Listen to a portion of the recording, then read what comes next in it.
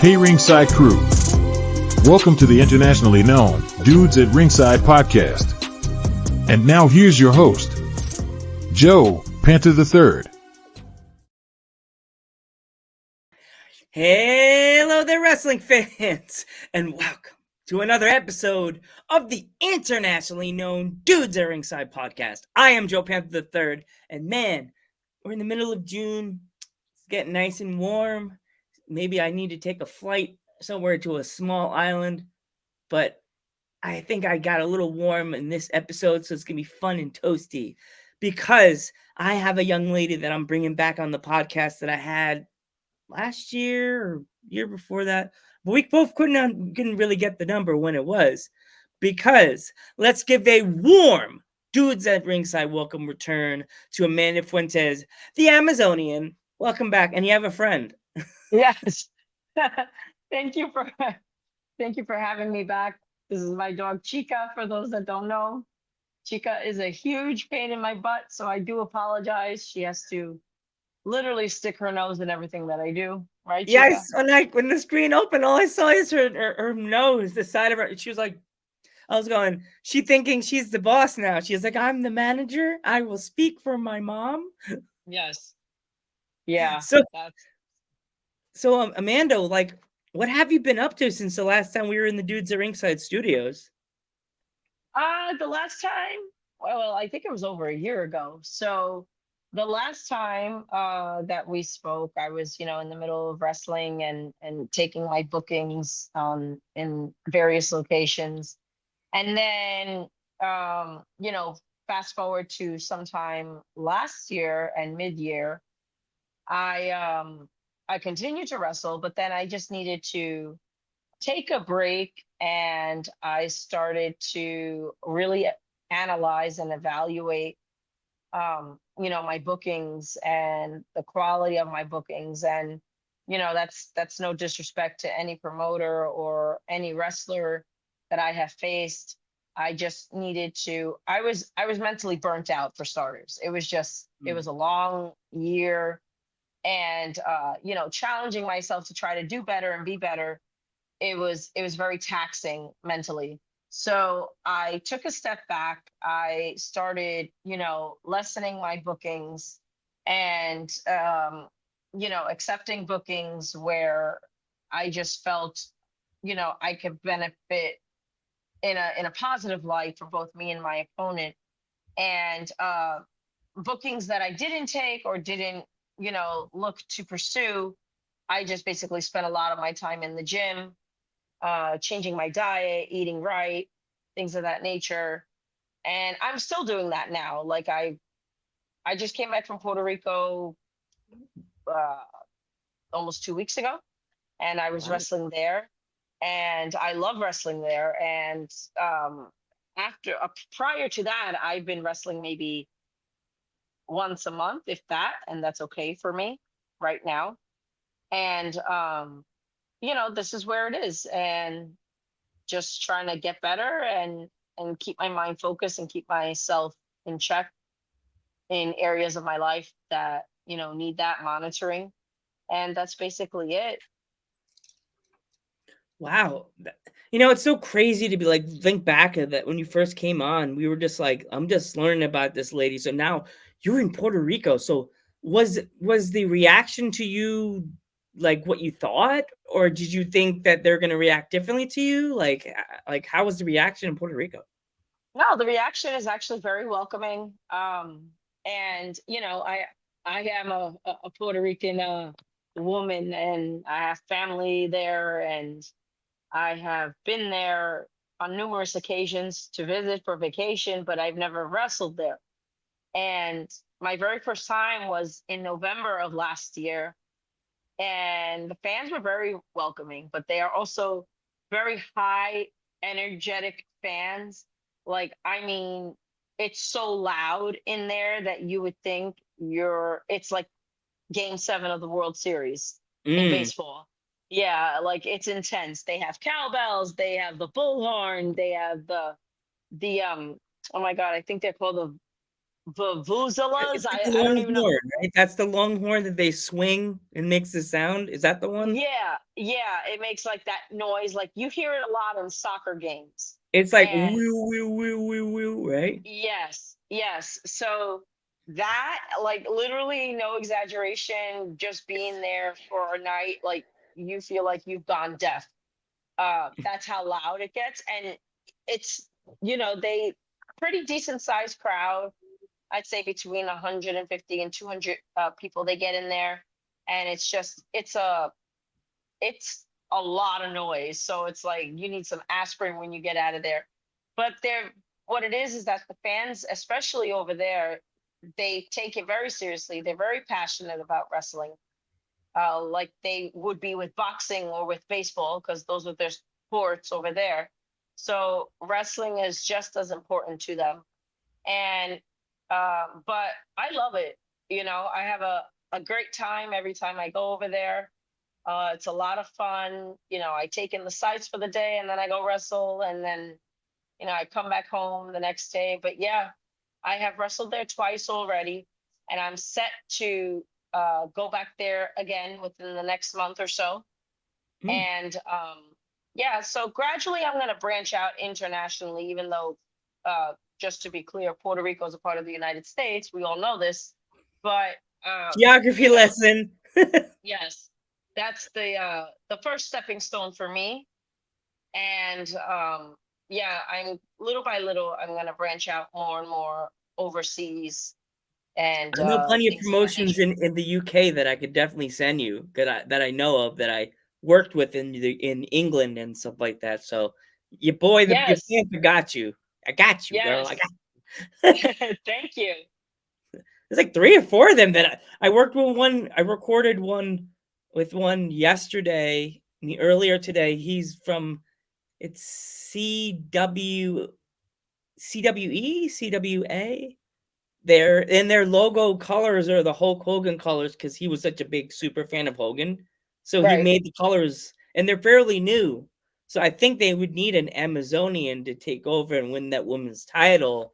Just saying, just saying, an American wins the women's title in England. I I know. don't know. I think it'd be You never pretty cool. And you a never former Dudes know. Rings get, might I add. He likes Yeah. me. Yeah. So, like, Amanda, let's go into it. Like the name, like you added your your real last name. So what is it like now that your name is Amanda Fuentes, the Amazonian? It's funny because I've had some people that have come up to me and say, like, is that your actual last name? Or if they're not on my social media, they're not gonna know. But is that your actual last name, or is your last name different? And I tell them, no, that's my name. That's my actual name. And I use it because I feel like I could have just, I identify myself as the Amazon, yes, of course, but I just feel like it makes it easier. People could resonate with me more, and I like my name. I think it's pretty cool. So it's wrestling, a lot of it is about character, and I feel that my name, putting my name tied into my ring name, is what defines my character. Very stoic. I don't talk much in the ring, I just do. And that's Mm. how I kind of am in real life. I'm very similar in that regard. I don't do much talking, or at least not as much as I used to anymore. And I just do. So I think it was appropriate, for me to just use my actual name, because that's a name that nobody can take from me. No promoter, no, no other wrestler. Like that's who I am. So, and that's me. So I just think it's appropriate. Can it change down the line? Possibly, but right now it's, I'm still the Amazon, and I use my regular name to tag along with that. I find that very like that's brave because a lot of people are afraid to pop out their real last names in wrestling and they come up with all these like names, like made up names. So I give you a big props for that. So I saw your outfit in the poster. Like, Who made that? Who made those? Who made your gear?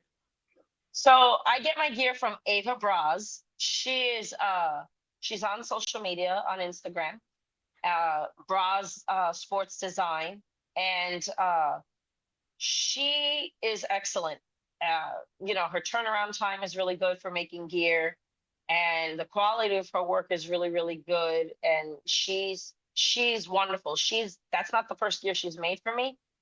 That is one of my newer gears, but she's made in total for me 5 different gears. So I'm probably gonna do one more after the one that she just completed. Literally, I just have to pick it up. And she's wonderful. She's a wonderful gear maker, and I would recommend her to anybody, men and women. And she's really good. She's pretty decent in her prices. She's based out of Orlando, Florida, but she ships, everywhere, of course, because there would be times where I would be in New York and she would send my gear to me in New York. So she does all of that. She really is great. I would definitely recommend her. Ow, sorry, my cat is just nipping at my feet. Stop it. Oh my god, everything. See, Amazonians, you get the free attacks from cats, like Yeah. Boston Terriers. Like Yes. it's it's everything's attacking you. You probably get dive bombed by birds. They're gonna Cinderella you. They hit you in the head. It's like Platinum Kingdom it's a war on with animals, but you love them, and you're like. I So know. you said New York. Like I used to live in New York, and I live in the tri-state area, the New York, New Jersey, Pennsylvania area. Like Mhm. is there ever anywhere in either like New Jersey or Pennsylvania that you have not like wrestled yet? Um, no, I'm just trying to venture outside of the tri-state area. I mean, I was born and raised in New York myself, and I go up there all the time. I'm there regularly, at least every couple of months, and I'm there, for summer vacation as well. I'm there when I do have to wrestle. Uh, but like I said, my goal is to venture out and maybe try the New England area. There's Try some other awesome wrestling areas. promotions in New England. I'm telling you Yeah, that there's some good ones. What's it yeah. called? Rebecca is. Rebecca and Little Mean Kathleen wrestle in New England. Well, I know there's Limitless, there's Beyond, Yep. there's Chaotic, there's a lot of and there's a bunch others that I Yeah. know are in the New England area, preferably between Massachusetts, Maine, Vermont, those areas. I wrestled at World of Hurt, which is a promotion Mm? in Vermont last year. My cat is grabbing my feet. Stop. I'm sorry. And It's okay. that was actually a fun crowd, and I had a lot of fun with that one. So I have been in the New England area. I just got to venture out more. Like I said, I'm like, I welcome bookings, but at the same token, I'm not um in a rush to take anything. I'm just working on myself, and the main objective for me is that I consider myself pretty decent in the ring. I just want to get better. So, that's what I'm working towards. Is just improving. Yeah, that's all. That's always the goal for like all you guys. Like, I live in PA, so there's a promotion I usually go to. I don't know if you ever heard of PPW in Slatington, PA. Uh PPW, yes, I've heard of them. I've never been there. I have wrestled once last year for Alpha Junior's promotion in Boardsheadville, They're but good. yeah, I had fun with that one. I have heard of PPW. I just never wrestled for them as of yet. I could say whenever I go back, I'll definitely talk to Paul Bo, and I'll name drop. Like we'll be talking to be like, oh, Amanda Fuentes, like, here's her Instagram. She's a really good wrestler. She's a very nice, and like Paul Heyman will be like, oh, my client, call Yes. Roman. He'd be like, find Amanda Fuentes. See, this is her. She's a really good wrestler. I think her and Danny Moe would make a really good match. Yeah, that would be awesome. I wouldn't mind wrestling her. She's very good. Um, I've seen her work. She actually is really, really good. Or And or Sammy Chaos is another good match. I think meet you and her, you and Sammy. yes, I know Sammy. Yeah, I wouldn't mind wrestling her either. Even though I took that picture of her after she won the women's title, and I was like, please don't kill me. I'm 5'1". That woman towered over me. I was like, I ran over to her table after she won the title because, Dudes at Ringside does bring good luck. It's like I'm Right. a little shamrock walking around with red glasses on. Yeah. when I wear my green jacket, it looked like a giant shamrock. So like Yeah. I saw her, I was like, Sammy. She was like this. Hi, Joe. And I'm like, you won. Oh my God. And she was like, I guess you want a hug now. And I was like, yes, I do. And it was just like, it looked like the mom hugging the little kid after the baseball game. It's just like, Mhm. you had to like crouch down and like I was like, I'm gonna break this poor lady's kneecap trying to hug me. I was like waiting for her Yeah. to lift me up, put me in a baby Bjorn and walk away. Yeah. I know Sammy, and like she's like 6'1". I mean, with my boots on, it puts me at like 5'10", Mm. 5'11". So we would be she doesn't wear boots, but I mean she wears wrestling shoes obviously, but I don't recall her wearing actual boots, which give like an extra inch or two depending on the style of the boot. But with my boots on, I'm just about leveled with her. And because I'm 5'9" as it is. So but yeah, Sammy is tall. She's a tall woman. Yeah. Yeah, she's very tall. She's very tall, and I like being so short in this like way being around wrestlers all the time. I'm always like, man, if I was that tall, I think I'll be wrestling. Nope, I'll be a manager. I don't like getting dropped and beat up, but I've always wanted to be trained. Like if I Yeah. ever go somewhere and they say, "Hey Joe, you want to take a quick bump before the show? We'll let you in." I'm like, "Do I have to sign a waiver? And who's training me? Oh, that person? Please be gentle." Like yeah, so is there any like wrestlers on the scene from like either the tri-state area or further out that you've been watching on the Instagram clips or YouTubes that you've been dying to work with and you haven't had the opportunity to wrestle with or work with yet? Uh Off the top of my head, no. You know, like I watch everyone from a lot of promotions, but nothing that like, if the opportunity is there, I will gladly take the opportunity if it's offered to me. I just haven't really like honed in and focused on like, yeah, I want to work that person. And just watching overall and observing to see how people are from different promotions. And there are some, when I wrestled in Louisiana last year, I've wrestled there twice. You know, I wrestled Morgan Mercy 2 times, both times.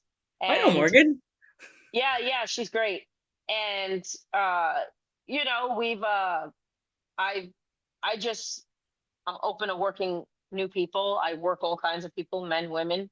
So that's what I'm trained to do. But offhand, no, no real, inkling. Just, like I said before, if the opportunity is offered to me, I'm not gonna turn it down. I'm gradually, gonna pick up on my bookings little by little, but I'm in no rush to do that. And I take it with a grain of salt. And as it comes to me, then, I analyze and then decide if that's what I want to do. That's very very noble of you, Amanda. Before we go, if is there any like travel story like you have any if there is any young wrestlers that are just starting out that they're trying to figure out with like their training, what kind of like training advice would you give them? Oh, training advice. There's a lot that I could give. So, uh, one of the main things that I have learned, especially when you are training, is you have to be patient with yourself. There are things that, other wrestlers that you may train with may pick up faster than what you may pick up on. And at times it can be a little discouraging. It could be, it could be frustrating, because everybody learns differently. And the main thing is to be patient with yourself. Try not to get overwhelmed because I've experienced that. And, it's not fun. It's like kind of like you shut down. And, you don't want to do that to yourself. Sometimes if you have to take a step back, you should, take that step back to analyze everything. Okay, what can I do to keep my head in the game, get my mind right more than anything else, because it can be very frustrating. Another thing that I would definitely suggest is that regardless of how much experience you may have, you never stop training. You never stop putting in the work. Always hit the ring, always hit the gym, and even when you don't want to. And there's a saying on Instagram that I find videos regularly that it's, do it sad, do it happy, do it angry, do it uh, depressed, do it when you don't want to, and traveling, if you're lucky enough to travel with people to shows and carpool with others, great. But it's also okay to travel by yourself. Can it get a little lonely? Sure, it can, but I think when you do travel by yourself, you find yourself and you learn to just be within yourself and take it all in, take in the experience, because that's something that nobody will be able to take from you. I've done it where I've done long road trips alone. I've flown alone, and I still do it. But uh, at the same token, it's a lot of work. It's a lot of work, and if it's something that you truly want to pursue, whether it's working on the indies or going higher, it it's going to take work, and you have to be willing to put in the work, because if not, the outcome's not going to be what you would anticipate or hope for it to be. So that's basically what I would suggest. It's just keep going and be patient more than anything else, and put in the work. And like I said, no matter how far you make it or how good you are or how much experience you may have, never stop putting in the work. Never stop going into the ring. Never stop going into the gym to better yourself. And depending where you train at and who you train with, they're going to challenge you, and it's not always fun. But if they see your potential, they're not going to, good promoters, good trainers, reputable trainers are not going to waste their time investing in someone that they feel that does not have potential. They're not going to waste their time taking your money when they easily could, but that doesn't help them. It doesn't benefit them. So unfortunately, there are some training facilities where, sure, they'll take your money and they'll tell you everything's great when it probably really isn't. And then you have training facilities where they're going to give you the cold, hard truth, and it's only to make you better. And it's how you take it in and digest it. And there's a saying that we have at training where I train at, because I train with Devon, where it's, don't take it personal, but take it personal. And Mm. what that basically means is that, if you feel like you're getting ripped apart on a practice match that you had, right? It's not that they're doing it deliberately to insult you, hurt your feelings or whatnot. It's training. Everybody's supposed to respect each other and be kind to each other. That's one thing I can say about Devon. He doesn't tolerate none of that. He doesn't, that, that doesn't happen there. If you have an issue, you go to him directly and then he deals with it. But fighting and all of that amongst, trainers and wrestlers at his school, nope. He has zero tolerance for that.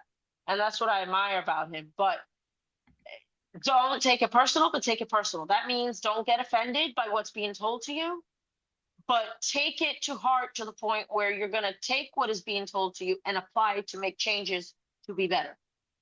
That's what that essentially means. Awesome. Amanda, if my fans want to follow you on social media, or if they want to pick up anything, Amanda Amazonian, where can they find you and how can they buy any merch? I have 8x10s where if they want 8x10s, they are free to message me on Instagram. If they don't follow me, it would go into a request box. So it might take me a few days to check those, because I go in there at least once a week just to see. But I do 8x10s. I'm working on getting shirts, but they're free to purchase an 8x10 if they want. my prices are pretty reasonable. And they could follow me on Instagram at Amazon 413. They would see that picture of me with that gear on that I have. And then on Facebook, they could just look up my name, Amanda Fuentes, and they will see my picture of me. And I have like over 10,000 followers or something to that effect on Facebook. So yeah, they could catch me on Instagram and Facebook for sure. I do have Twitter. I am just not a huge fan of Twitter. I go on it like maybe once a month just to skim through to see what's going on. And it's usually about local news and things like that. I just don't care for Twitter. I'm more of a Facebook, Instagram type of person. Yeah, same. I actually took. Sounds weird to do this. One day I was just like, why do I need X? I just went to it, clicked it, and I deleted it off my phone. I was like, I don't need it. Even though it kind of cut away a lot of my views, because I would, as soon as the episode was new, I would share it on X to get a little more views or ask people to subscribe there. But if you're not subscribed, don't forget to put the subscribe button, like, and share to all your friends. And Amanda, I want to thank you so much for coming back on the podcast. It really means a lot to have you back on because you're one of my OG guests, and it's an honor to have, and a fellow Boricua. So it's Yes. another fellow Puerto Rican to come on the podcast because I got to get more Puerto Ricans on here.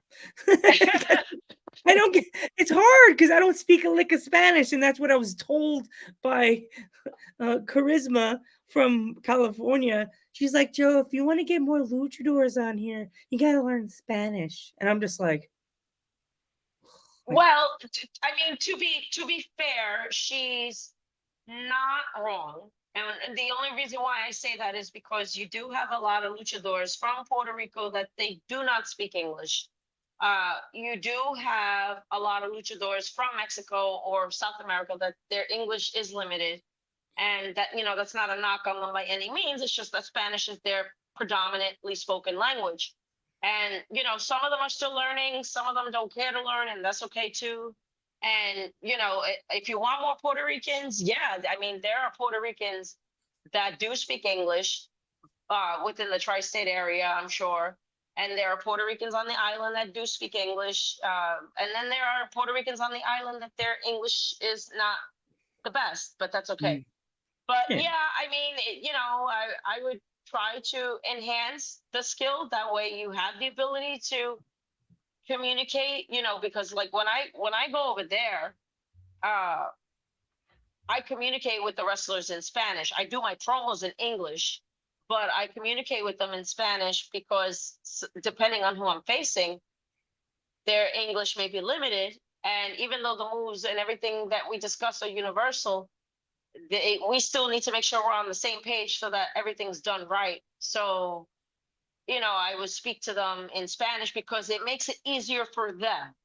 So if it makes it easier for them and I'm proficient in a certain language, I'm going to communicate in that language to make it a little easier for them. But that's just a suggestion. Yep. I guess I gotta ask my dad to say it slowly, and teach me a little better because I don't work around a lot of Spanish people in the nursing home I work in, Amanda, at all. I work in a nursing home where 90% it's white people or like, they're very old, and it's like, okay, they don't really know that much Spanish. All they know is English here, but it's okay. I love them. They're all good people. Yeah. And thank you so much, Amanda. I'm Joe Panther III. Your turn. And I'm Amanda Fuentes, the Amazon. And we will catch you in the next one.